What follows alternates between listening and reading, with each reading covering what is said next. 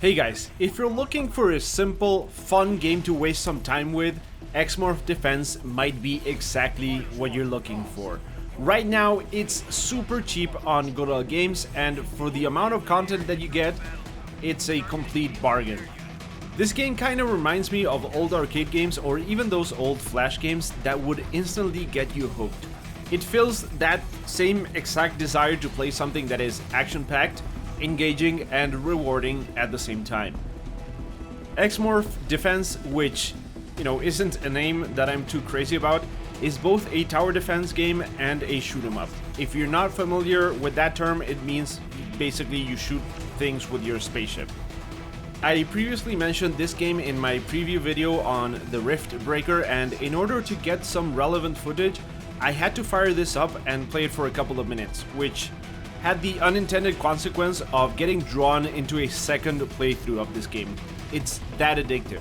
Even booting up the game to get footage for this video is kind of a dangerous proposition because I just get consumed by it, and I end up losing hours of work before I even notice it. As soon as I finish one attack wave, I find myself thinking, alright, just one more, and before I know it, I've been playing for like 2 hours. It is just an incredibly fun and addictive game. The premise is pretty simple. You build towers which are linked with a fence to force the enemy along a specific path.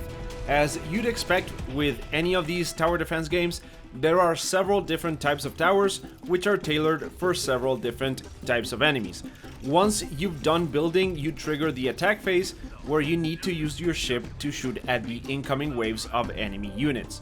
You have 4 different weapons which are really similar to some of the towers, and once again you need to use the right one for the job. Each weapon has a special attack such as a gravity bomb or a bomb that you must cycle through to be able to survive the toughest waves. Between each wave, enemy attack patterns and units change, forcing you to rethink your setup, sometimes quite dramatically because the changes can be pretty major. You're bound to get those moments where you figure out that one simple change ripples throughout the entire map and ends up in a much better defense strategy. The economy is pretty simple. Each tower is worth 1 point, with their upgrades worth 1 or 2 additional points, which means a fully upgraded tower is worth 3 times as much as a regular one. You are constantly forced to decide between either linking up more towers to force the enemy on a longer path, or investing instead in more powerful towers to take out the enemy faster. You can upgrade, move, or delete towers without any penalty, even during the attack phase, which is, something that you might need to do to increase your chances of surviving. There is an awesome and interesting mix of unit types and level design which keeps the game from getting stale, including the DLC, which is kind of short and sadly doesn't add more towers, but does include a couple of new enemy types which will have you developing new strategies. Some maps provide a lot of options for diverting enemy troops with buildings or structures that you can topple over and buildings to collapse, while others challenge you to come up with creative solutions to deal with the vast open terrain. It's really interesting how much one map can be different from the other depending on not only the terrain but also the enemy types. It's really well done. Enemy units usually offer a mix of resistances to your towers, which basically prevents you from spamming artillery or other types of towers as a blanket solution to any problem. As I mentioned earlier, sometimes you need to forgo trying to corral the enemy and instead focus on deploying as many specialized towers as you can. Some maps even feature incredible boss fights at the end, which not only look really good, but are actually pretty great in terms of their attack patterns, their design, the different parts that you can destroy to change their behavior. They are really cool, and you can even set up towers to attack them as well, which is a very neat idea.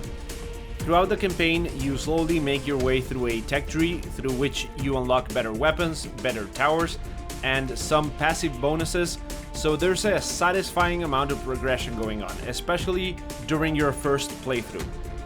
There's also a surprising amount of user-friendly features, like being able to deactivate your unlocks to get your points back if you want to try something else, or being able to reset the campaign completely if you want to experience it again. Depending on how long you take to set up between waves, which you can control, so you can pause the game, you can take as much time as you want, setting up every tower just the way you want it. The campaign should take you around 10 hours, which is quite a lot considering there's 2 DLC campaigns, a survival mode, actually 2 survival modes because one includes the DLC, and there's a bunch of different difficulty settings.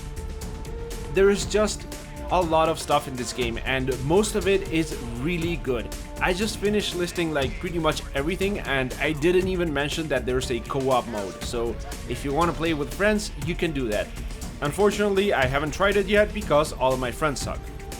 I really like this game. I can spend hours staring at my turret placement and thinking about how to improve it, to make the enemy caravan take one more turn, or how to make them loop back so they go past each tower twice and stuff like that. Blowing up stuff never gets old thanks to the physics system that this game has, which has particles and pieces of enemy vehicles and buildings flying all over the place when you shoot or when your artillery towers hit. It's really cool. There's even a power fantasy thing going on, since the only advantage that your enemy actually has is numbers.